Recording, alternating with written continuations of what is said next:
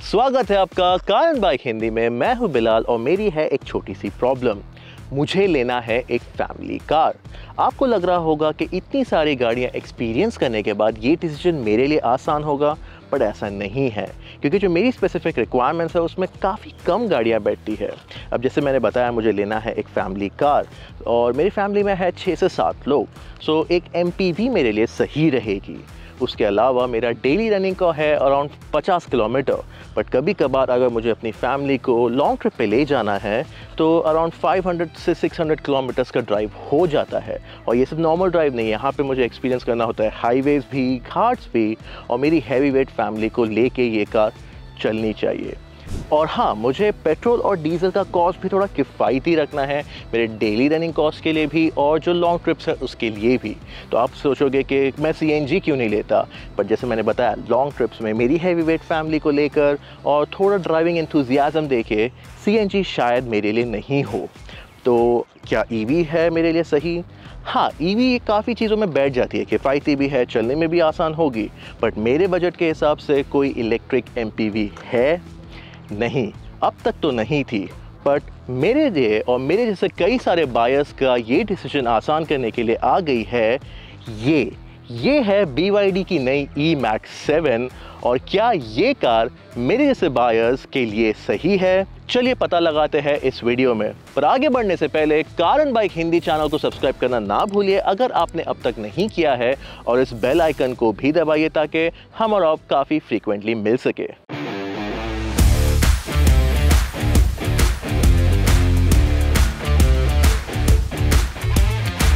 अब BYD इसे present कर रही है भारत की पहली 6 और 7 सीटर इलेक्ट्रिक MPV के तौर पे। डायमेंशन के मामले में ये अर्टिगा, XL6 और कैरेंस इन तीनों से ही बड़ी है, पर जो इनोवा या फिर जो हाई क्रॉस है उससे छोटी है। हालांकि इसका जो ओवरऑल फील एंड लुक है ये एक प्रॉपर MPV का है। डिज़ाइन की बात करें तो फ्रंट में अब ये काफ़ी Atto 3 से मेल खाती है। यहाँ पे आपको मिलता है ये same smoke silver finish insert जो जोड़ता है इस शार्प लुकिंग LED हेडलैम्प्स को स्पेशली। और ख़ास बात ये है कि अब ये फ्रंट में ऐसा कोई EV का कोई इफेक्ट नहीं दिया गया है, ये काफ़ी कन्वेंशनल लगती है सामने से। अब आते हैं साइड की ओर और आप ये नोटिस करोगे कि इसका जो नोज़ है ये काफ़ी ऐसा लो स्लंग सेडान की तरह दिया गया है। ये काफ़ी प्रीमियम लगता है और काफ़ी महंगी MPVs में भी देखा गया है। बट अगर आपका इसको प्रोफाइल देखो तो ये एक प्रॉपर MPV है और दिखाई देती है। बट मुझे सबसे अच्छी बात ये लगी कि इसका जो रूफ लाइन है ये फ्लैट होने के बावजूद जो इसका विंडो लाइन है ये ऐसा टेपर्ड दिया गया है। बिल्कुल सही मात्रा में क्रोम गार्निशेस भी किए गए हैं फ्रंट बम्पर में, इस विंडो लाइन पे और नीचे की ओर दरवाजे की तरफ। मुझे एक और बात अच्छी लगी कि उसके जो विंग मिरर्स है ये दरवाजे पे माउंटेड है, अगेन एक सेडान की तरह। पीछे की ओर बढ़ने से पहले मैं ये भी बता दूं कि आपको मिलते हैं 17 इंच के अलॉय व्हील्स जो दिखने में काफ़ी अच्छे हैं, और ये रैप्ड है 55 प्रोफाइल टायर्स से जो ओवरऑल स्टैंड्स को काफ़ी अच्छे से कॉम्प्लीमेंट करते हैं। कॉम्प्लीमेंट और भी एलिमेंट्स करते हैं पीछे की ओर, जैसे कि ये रूफ माउंटेड स्पॉइलर जो काफ़ी स्पोर्टी लुक देता है एक MPV को। MPV का यहाँ पे स्टाइल स्टेटमेंट आपको मिलेगा एक अपराइट टेल गेट, पर जो टेल गेट है यहाँ पे जो टेल लैंप्स माउंटेड है ये कनेक्टेड टेल लैंप्स है, और उसका जो ओवरऑल डिजाइन है ये आपको काफी अमेरिकन SUVs में देखने मिलता है। ये काफी कॉमन डिजाइन हो चुका है, sleek and wrap around, but जो इसका अपील है ये काफी यूरोपियन एंड अमेरिकन SUVs और MPVs में देखने मिलता है। और क्रोम एलिमेंट आपको देखने मिलता है नीचे बम्पर की ओर, और जो लोगोस है BYD का यहाँ एक EV का लोगो यहाँ और BYD E-MAX 7 का लोगो, ये सब क्रोम फिनिशेस में किए गए हैं। कलर्स की बात करें तो आपको फिलहाल 4 कलर का ऑप्शन मिलता है कि एक वाइट, उसके अलावा ब्लू, ब्लैक एंड ग्रे। मेरे हिसाब से ब्लू जो है वो काफ़ी रिफाइंड, काफ़ी प्रीमियम और लग्जूरियस लगता है। अगर आप एक स्पेंड कर रहे हो इतना सारा पैसा एक कार के लिए, एक फैमिली कार के लिए, तो वो ब्लू कलर काफ़ी प्रीमियम लगता है। White not too bad, but जो ग्रे है वो भी थोड़ा एक सटल एंड सोबर लुक देता है। और उसके अलावा जो ब्लैक है वो तो सेल्टी है ही। आप अपना BYD अगर लो अपने लिए तो आप कौन सा कलर चूज़ करोगे, हमें कमेंट सेक्शन में ज़रूर बताइएगा।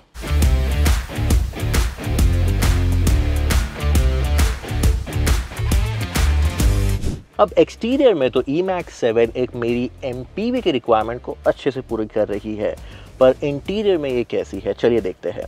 अब BYD की हमने पिछली कार्स भी देखी है, जो है एटो 3 और जो सील, हमने सब में ये पाया कि इसका जो कैबिन है ये काफ़ी वेल लेड आउट है, वेल पुट टुगेदर है, जो मटेरियल है वो काफ़ी अच्छी क्वालिटी का फील होता है और ओवरऑल एर्गोनॉमिक्स एंड एस्थेटिक्स भी काफ़ी अच्छे हैं।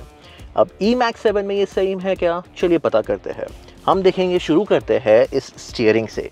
जो ये स्टीयरिंग है ये काफ़ी वेल डायमेंशनड है, जो इसको होल्ड करना, इसका जो टेक्सचर है, मटेरियल है, काफ़ी अच्छा है। इसमें जो बटन्स दिए गए हैं इनमें भी टैक्टाइल फील है और काफ़ी अच्छा है। उसके अलावा जो उसके पीछे जो इंस्ट्रूमेंट क्लस्टर है, यहाँ पे मेरी एक छोटी सी कंप्लेन है कि ये ऑल डिजिटल हो सकता था। ये है दिया गया है एक्चुअली एनालॉग है, इसमें सेमी एनालॉग एंड डिजिटल भी नहीं बोलूँगा, क्योंकि जो सेंटर में स्क्रीन है ये काफ़ी छोटी है और बहुत कम इंफॉर्मेशन देती है। एक तरफ आपको मिलता है स्पीडोमीटर और लेफ्ट में आपको मिलता है काइंड ऑफ अ टैकोमीटर, जो गीकी है, but for an everyday buyer they want एक फैंसी ऑल डिजिटल डिस्प्ले जो कॉन्फ़िगरेबल हो, जो यहाँ नहीं दिया गया है। जो फैंसी चीज़ यहाँ दी गई है वो है ये सेंटर कंसोल में जो है एक 12 इंच का फ्लोटिंग टच स्क्रीन।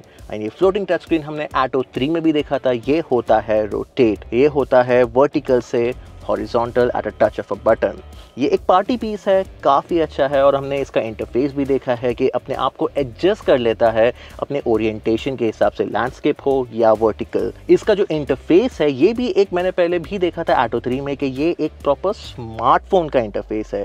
इसके जो आइकन्स है, इसका जो यूटिलिटी है, इनफैक्ट जो वॉल्यूम कंट्रोल का जो आइकन आता है वो भी आपको सेम स्मार्टफोन से रिलेट कर पाओगे, तो इसको चलाना भी काफ़ी आसान है। इसमें आपको 360 डिग्री कैमरा भी मिलता है, जहाँ पे आपको पूरी कार का एक एग्जैक्ट इमेज मिलता है। उसके अलावा आपको वायरलेस कनेक्टिविटी मिलती है, 360 डिग्री कैमरा है, आप अपना AC कंट्रोल यहाँ से कर सकते हो। अब सारा कंट्रोल टच स्क्रीन में देने के बाद आपको फिजिकल बटन्स थोड़े कम मिलते हैं। यहाँ मिलते हैं कुछ बटन्स आपको गियर लीवर के अराउंड। अब जो गियर लीवर ये खुद में एक काफ़ी यूनिक और एस्थेटिकली डिज़ाइन है, क्योंकि आप इसे देखोगे सनलाइट में लिट अप होते हुए तो आप नोटिस करोगे कि इसके अंदर है एक स्क्रोस्की एलिमेंट्स टाइप का लाइटनिंग, जो काफ़ी यूनिकली शाइन करता है डिपेंडिंग ऑन कैसी लाइट उस पर पड़ रही है। उसके अलावा आपको बटन्स मिलते हैं रीजन के, ड्राइव मोड्स के, AC के फैन बटन्स यहाँ दिए गए हैं। उसके अलावा आपको वॉल्यूम का रॉकर और पार्क असिस्ट के भी बटन्स यहाँ मिलते हैं। उसके पीछे आपको मिलते हैं 2 कप होल्डर्स, बस उसके बाजू में आपको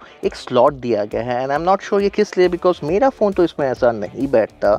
आई थिंक शायद वर्टिकली 2 फ़ोन बैठ जाए, बट उसके अलावा ये फीचर, आई थिंक ये एक स्लॉट जो है यहाँ पे आप अपना क्रेडिट कार्ड रख सकते हो, बट उसके अलावा I don't think it's usable for anything. 2 यहाँ पे स्लॉट दिए गए हैं, जिसमें से एक स्लॉट है वायरलेस चार्जिंग के लिए, और अगर आपको फ़ोन चार्ज करना है तो यहाँ पे type A and type C ports भी दिए गए हैं। दोनों में ही फास्ट चार्जिंग का फीचर है। थोड़ा और स्पेस है यहाँ पे सामान रखने के लिए और एक 12 वोल्ट का प्लग भी दिया गया है। अब आते हैं मटेरियल्स की ओर, और जैसे मैंने आपको बताया कि जो मटेरियल्स है, जो फिट एंड फिनिश है वो काफ़ी अच्छी है। आपको मिलता है leatherette type soft touch material यहाँ पे। स्टीयरिंग काफ़ी अच्छा है। इवन डैशबोर्ड के ऊपर जो प्लास्टिक दिया गया है ये ऐसा स्क्रैची प्लास्टिक नहीं, बट एक रबरी इफेक्ट है इस प्लास्टिक में। इवन ये जो वुडन इंसर्ट है, ये सिल्वर फिनिश है, इसका जो फिट एंड फिनिश है काफ़ी अच्छा है। ये स्क्वीक भी नहीं करता। एक नेट पिकिंग अगर मैं करूँ तो मुझे लगा कि यहाँ पे जो फिट एंड फिनिश इस ग्लव बॉक्स की है ये खास नहीं है, ये काफ़ी हिल रहा है, और इवन जब ये खुलता है तो इसका जो एक्सेसिबिलिटी है बहुत नैरो है। इसके अलावा मुझे फिट एंड फिनिश में कोई कंप्लेंट्स नहीं लगी। जो सीट्स है ये खुद में भी काफ़ी सपोर्टिव है। यहाँ पे जो आपको सपोर्ट मिलता है बोल्स्ट्रिंग में, बैक रेस्ट पे, और जो अंडर थाई सपोर्ट है ये सीट में तो काफ़ी अच्छा है। पर पीछे की सीट कैसी है, चलिए वहाँ चल के अब देखते हैं।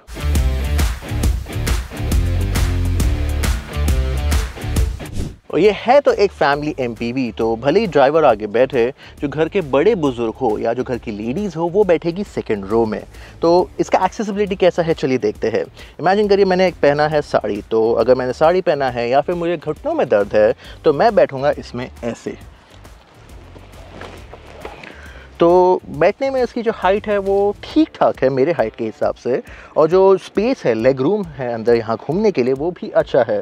पर अगर मुझे डायरेक्टली अंदर बैठना है, फॉर एग्ज़ाम्पल अगर मुझे left leg first and then बैठना है, तो ये भी काफ़ी कंफर्टेबल लगा मुझे। बस एक लगा कि हाइट अगर ज़्यादा होती तो टॉलर लोगों के लिए भी एक्सेसिबिलिटी बेटर होती, but I am not complaining. अब देखते हैं स्पेस कैसा है यहाँ पे।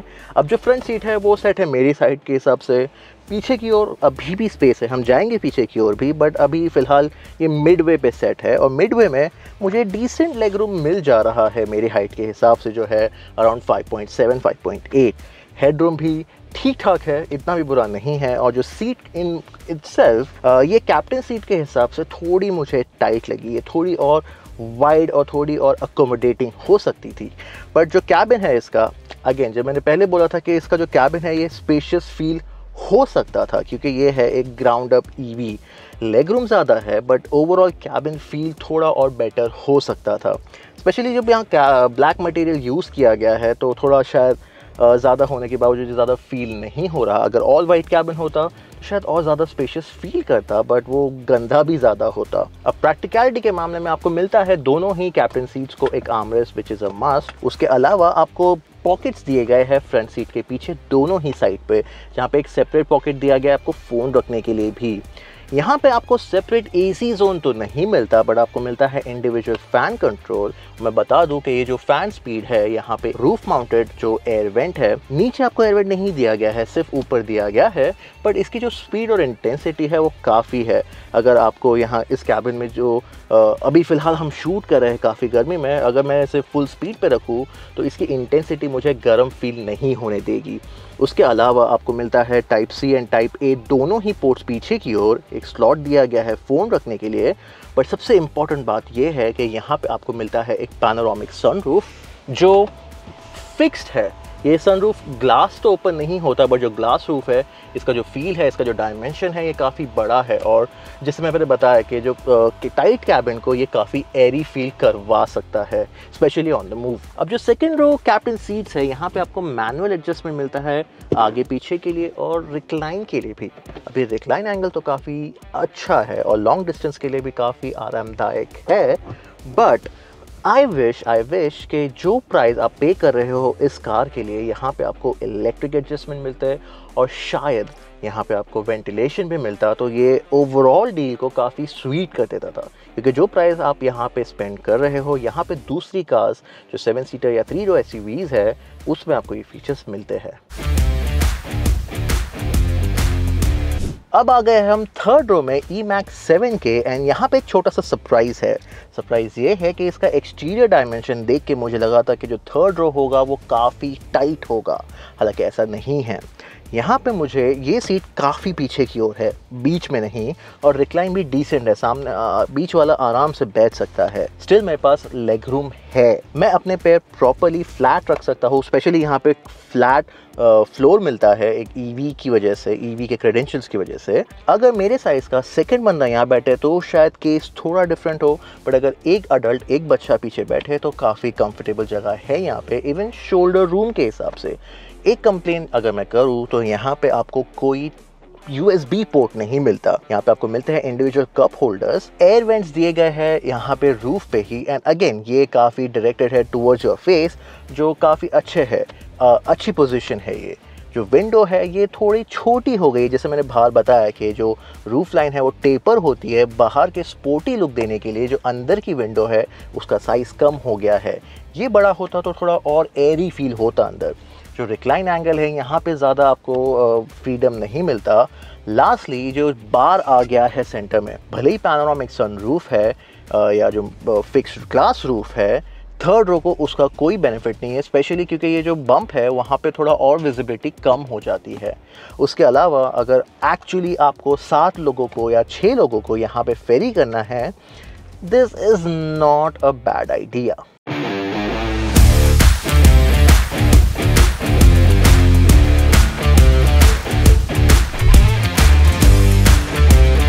अब बारी है ये देखने की कि कैसी है ये E-MAX 7 चलने में। पर उससे पहले मैं आपको ये बता दूं कि BYD ने इस इलेक्ट्रिक MPV को उतारा है 2 बैटरी पैक के साथ। पहला है 55 किलोवाट बैटरी पैक जो नेक्सॉन EV, इवन जो कर्व EV है, उसके अलावा XUV 400 इन सबसे ज़्यादा है। इसका पावर आउटपुट है तकरीबन 150 हॉर्स पावर और ये कर सकती है 0 to 100 किलोमीटर पर आवर का रन तकरीबन 10 सेकंड में।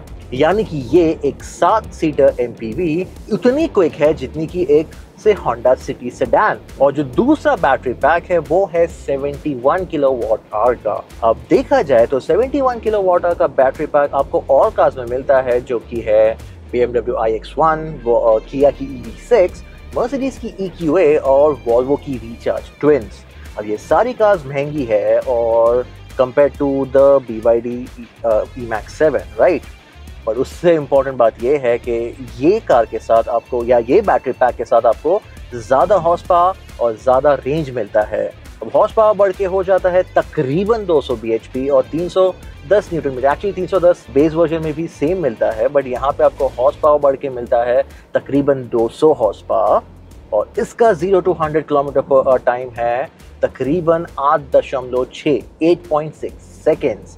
मतलब ये इतनी क्विक है इंडियन कार्स के हिसाब से जितनी की क्विक है से i20 N-Line, Hyundai Verna Turbo, even Volkswagen Virtus GT। सो देखा जाए तो ये एक 7 सीटर या 3 रो इलेक्ट्रिक एमपीवी जो है ये उतनी क्विक है जितनी हम इंडियन ड्राइविंग एंथुसियास्ट कार्स को करते हैं। अब तो बात हो गई इसके फैक्ट्स एंड फिगर्स की, बट जो इसका रियल वर्ल्ड परफॉर्मेंस है वो इतना ही इक्वली इम्प्रेसिव है।